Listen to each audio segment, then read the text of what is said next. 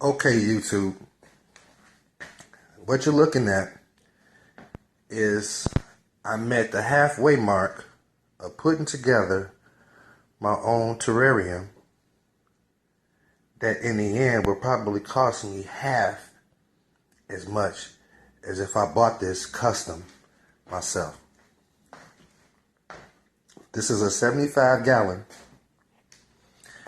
It started out as a saltwater reef aquarium. I'm at the halfway mark, and what I'm about to do is I'm going to flip this tank over and show you where I started, how much it cost, and how you can do this yourself at home. Just takes a little time.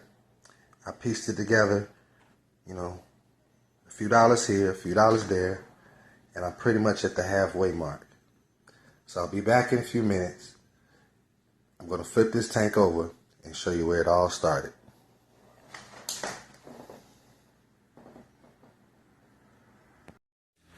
Okay, the tank is now upside down. You're now looking at the bottom. I don't quite know where to start. My intentions, of course, in any terrarium is you got to have a hot side and you got to have a cold side.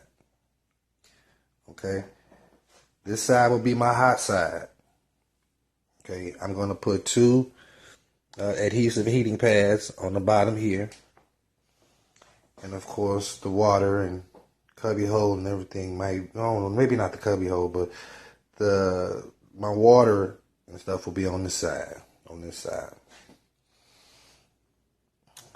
This PVC here is what I call the plumbing. I kind of took advantage of the fact that this tank came with two holes in it, one here and one here. So these two black pieces you can purchase at any aquarium store. I just took advantage of one of the holes, and I decided to use my humidifier, use it as an entrance for my humidifier.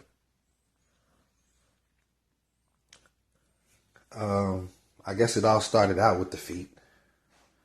Had to purchase those first. I'm skipping a lot of things, but if you have questions, feel free to ask questions.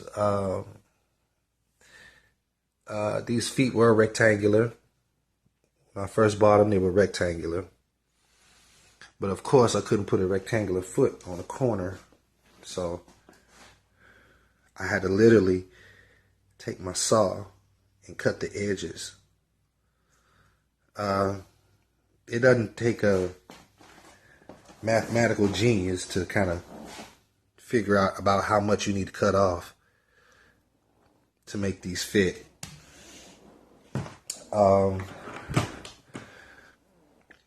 I just glued them on with some Gorilla Glue. It's a clear adhesive. I use that to glue these feet on here.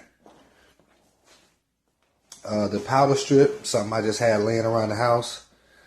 I bought some Velcro. And this is really just Velcroed on the bottom of the tank.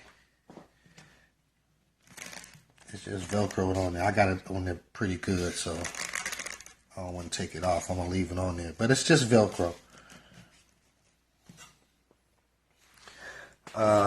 Again, I'm at the halfway mark. Again, this PVC, I paid a whole $6 for. The feet were about $6 each. The parts of from the aquarium store together was about $7 or $8.